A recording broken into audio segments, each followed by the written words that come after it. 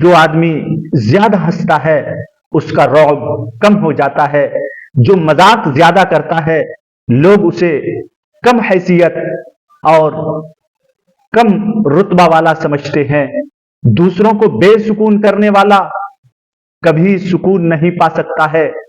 عقل مند وہ انسان ہے جو اپنی عمر کو، اپنی زندگی کو غیر ضروری کاموں سے محفوظ رکھے، غیر ضروری کاموں میں صرف نہ کرے۔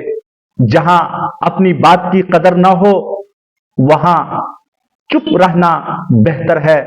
انسان کی پہچان اچھے لباس سے نہیں بلکہ اچھے اخلاق سے ہوتے ہیں۔